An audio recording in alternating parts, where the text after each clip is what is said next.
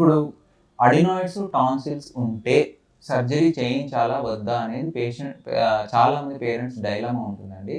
బేసిక్‌గా పిల్లవాడికి పదే పదే గొంతు నొప్పి వస్తున్నా, టాన్సిల్స్ పెద్దగా వాచి దానివల్ల జ్వరం రావటము, స్కూల్‌కి పోలేకపోవటము, ఇటువంటి లక్షణాలున్నా, లేదా గాలి తీసుకోవడానికి ఇబ్బంది ఉంది, గురక పెడుతున్నాడు, నోరు తెరుచుకొని నిద్రపోతున్నాడు, బెడ్ వెట్టింగ్ కడుపులో నైట్ టైమ్ యూరిన్ పాస్ చేస్తున్నాడు, స్కూల్ పర్ఫార్మెన్స్ బాలేదు, ఇలాంటి ప్రాబ్లమ్స్ ఏమున్నా అడినో టాన్సిలెక్టమీ చేయించుకుంటే బెనిఫిట్ చాలా ఉందండి. రిస్క్ తక్కువ, ఒక సర్జరీ రిస్క్, ఆ తర్వాత బెనిఫిట్ చాలా ఉంటుందండి.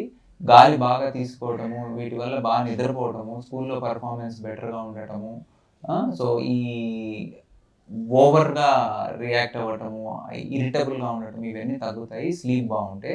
సో స్లీప్ అనేది పిల్లలకి చాలా ఇంపార్టెంట్. సో ఈ స్లీప్ బాగుండాలంటే బ్రీతింగ్ బాగుండాలి స్లీప్లో. సో దానికి మనం అడినాయిడెక్టమీ, టాన్సిలెక్టమీ సజెస్ట్ చేస్తామండి చాలామంది పిల్లల్లో, ఈ ప్రాబ్లం ఉన్న వాళ్ళలో.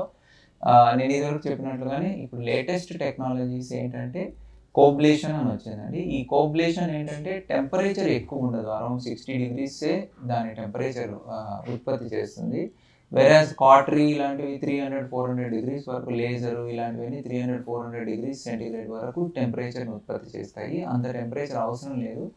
కోబ్లేషన్ ద్వారా ఈ మిషన్ ఏంటంటే అదే కరిగిస్తుంది, అదే సక్ చేసేస్తుంది టిష్యూని. బ్లీడింగ్ కూడా చాలా తక్కువ ఉంటుంది.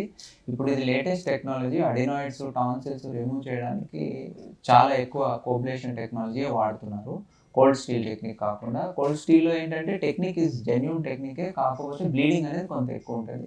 కోబ్లేషన్ వాడితే బ్లీడింగ్ అనేది చాలా తక్కువ ఉంటుంది.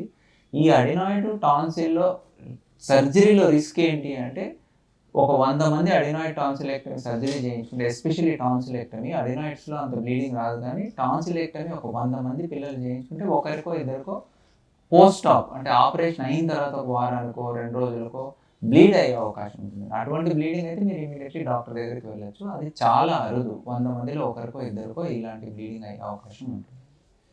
చాలా మటుకు ఈ అడినాయిడ్ టాన్సిల్ చాలా సేఫ్ సర్జరీ.